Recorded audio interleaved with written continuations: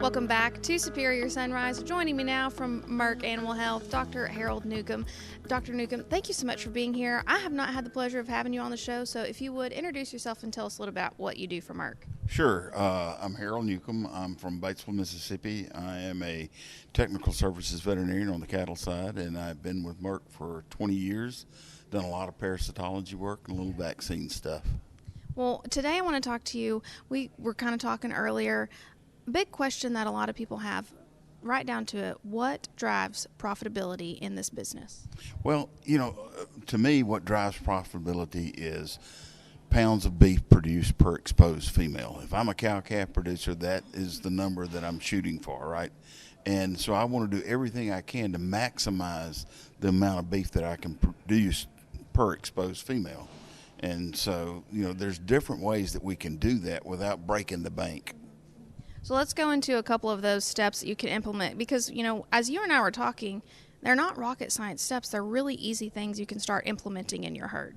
Yeah, probably the biggest thing is a breeding season, right? If you're on a 90-day breeding season, then you can give that prostaglandin like day 4 or 5 post-bull turnout.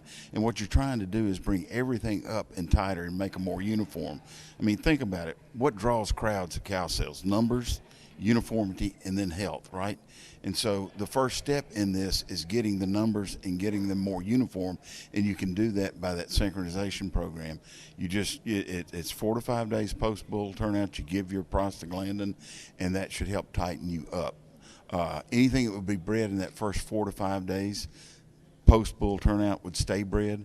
Then you give your prostaglandin, and you're going to make everybody else cycle. So what you're trying to do is take a 90-day breeding season and bring it back into a 60 or 60 into a 45. And I know there was some other components of health we talked about. What are some of those practices and measures people could take? Well, like I said, if you're looking at trying to maximize the amount of beef produced, the next thing would be to make sure that you're implanting your calves, right? Implants are time proven. They will give you 25 to 35 extra pounds of weaning weight. And then the next thing is parasite control. Okay, we know that if we strategically deworm cattle, we can get 25 to 35 extra pounds of weight out of them, okay?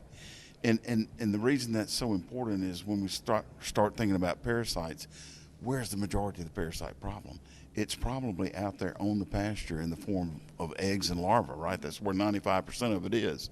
So when we strategically deworm, we time those dewormings not only to clean the animal out, but also to lower the parasite burden on that pasture.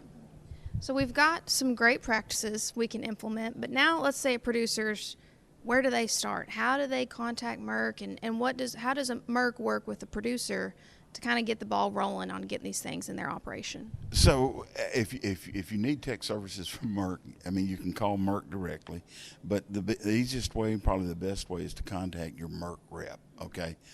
They have access to us all the time, and they are very knowledgeable in what we've just been discussing. Tell me real quickly before we go, maybe like a success story of somebody who's contacted you and really changed their operation around. Sure. Where I'm from at home, we had a guy that had 200 replacement heifers that were nursing calves. We did the synchronization program. The first 21 days of the calving season, he calved about 115 calves. It was tremendous. Yeah.